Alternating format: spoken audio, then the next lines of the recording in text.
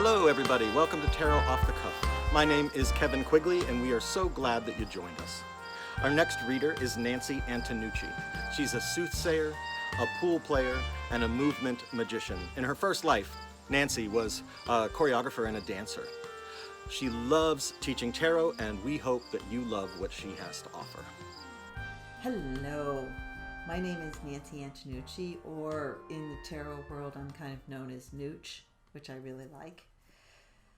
So I'm going to use my Morgan-Greer.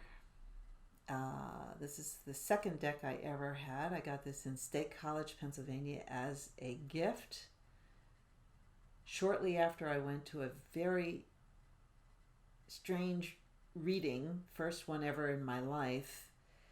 And the tarot reader didn't actually use tarot cards. She had playing cards, but she had things written on the cards. Her name is Mary, and actually, hopefully she's still alive, in Altoona, Pennsylvania. She did this reading for me. She started reading, and she just stopped. She just stopped and said, no, I need to teach you how to read because you will be a great reader. So that was like terrifying to a Catholic girl. It's like, okay, wait, what?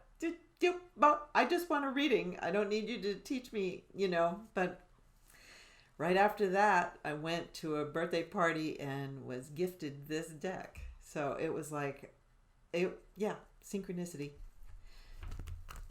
Goddess giggles.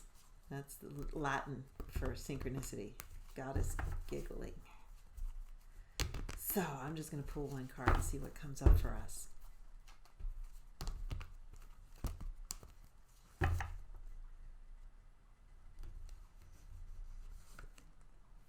And I got the Fool.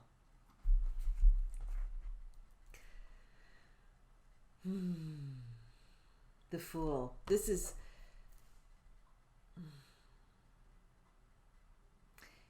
If you're being called to read tarot, or you've read tarot just for your friends or just for yourself, and that might feel like it might even go to a bigger dimension, know a couple things. Know, first of all, this isn't your first time at the rodeo with divination. Now, your other divination might have been entrails or stones or rocks, or perhaps even tarot at another time in a parallel life. But tarot calls people, the ones that stick, the ones that are going to really go deep into the language of tarot.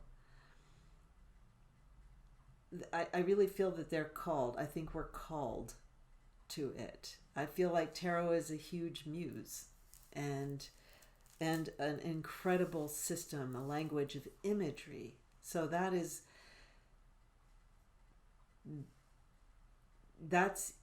centuries and centuries of knowledge can be tied into a picture, whereas words really kind of freeze dry a moment or an idea.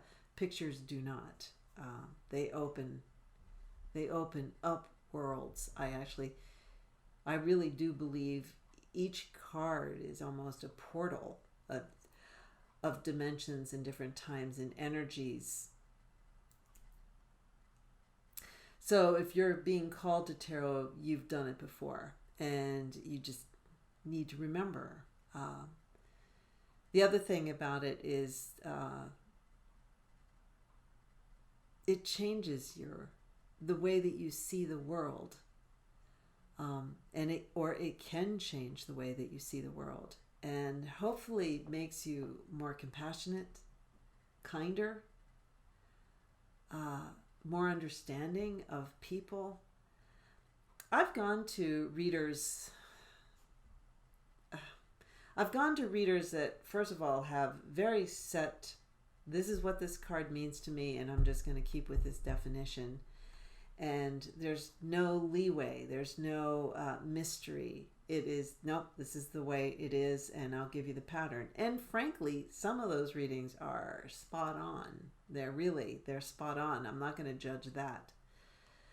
But what was missing for me was any kind of interaction with the reader, or a sense of us entering mystery, or kind of being unattached to the outcome and enjoying the process, really witnessing somebody's spirit. You know, when I still teach, but when I used to teach only, like it was really the way I started as a reader, was teaching. You know, I always said that tarot is the second most intimate thing you can do with somebody. And I still believe that. It's a trust that there is some kind of mythic part of you, your spirit, that is free of any story or narrative or pattern. It's taking on whatever costume you decided to put on that day, or whatever belief system you decide to do a little jig to. And I think the longer you read tarot, the more it kind of opens those perceptions. You know, as a reader, I mean, I have to enter every reading open-hearted, without preconceptions, even if it's a client. And I have a very strong part of my practice are clients I've worked with for 20 years or more. Now, I am definitely going to have some preconceptions or some ideas about how they roll, but when I go to the reading, you have to go to beginner's mind. You have to allow, for me anyhow, I have to allow mystery to come in there and just kind of give us something incredibly random or secret, because that's what they need at the time.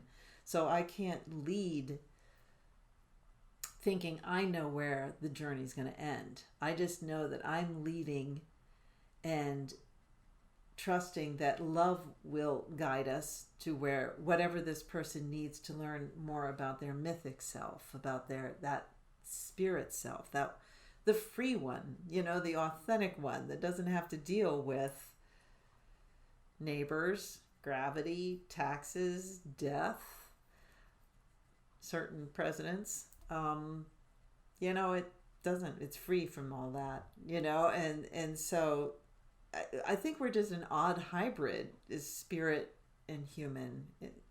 It's an odd hybrid. One's so temporal and the other one is so not, you know. So how do they dance together? That's kind of how I try to approach each reading, as what's the dance now, not what it was, not what I think it should be, but where is the spirit leading the human now? And how well can the human actually listen? Because spirit is the quietest voice within us. Thus, probably the need for meditation, or I don't know, taking your dog for a walk, you know, where you're listening and you're quiet and you're just bringing down your own story levels, maybe even to a place that's completely neutral, and opening up to what's possible in this moment and what's possible without restrictions. What else would I like to say about the Fool? The Fool. You know, sometimes I'll have clients really literally say, oh, you know, I do feel foolish. And I'm thinking, oh, the Fool. Well, there's a long history with the archetype of the Fool, and some of it's a little, you know, dark. But to me, the Fool is really someone following their heart. And that will look foolish to a lot of people. I mean, I'm 62. I have a life-sustaining income from my practice. I don't make so much money I can throw it in the wind. I have a very practical budget, but still, I'm happy. I'm happy with the life-sustaining income. I work with clients and students and organizations. I even have a couple businesses, and I help as a creative advocate just brainstorm and just really think outside the box So it's not all about spirit and goddess and tarot. It's about creative brainstorming and envisioning and being a creator, performing. And still people will look at me as if either I'm hustling them or I'm really good at just reading body cues, like cold readings, or that I'm in some fantasy world. It's like they see me as a fool, and I just, for one thing, you're really not going to change anyone's mind about that. In fact, in the back of my head, I just kind of go, karmically, you might have been really screwed over by a tarot reader, so I understand that you're taking it out on me right now. That's how I rationalize it, so that I stay compassionate. Sometimes you have to fake it till you make it, folks. But I just walk on by. I'm not going to convert anybody into thinking that it is an act of love and an intimacy with someone that could literally, in that session with each other and letting the images speak and kind of surface that mythic part of yourself, that can't really influence someone's life in a beautiful, loving way, that they could change, really change, not just talk about it, not just think about it, but have the courage to change. I mean, the fool has courage. He's moving ahead. He's not going to stay put, and he's not asking for anyone else's approval to do it. So really, if you're going to be a professional reader, you will attract the people who both you and their spirits have already decided this could shift somehow, this will help. And you will not attract the people that, unless you need to, you're not going to attract people that really diss you or your art, unless there's a reason for that, unless there's some part of you that's still judging it. Yeah, then you are going to get that reflected over and over again. Okay, I have time for a little story here.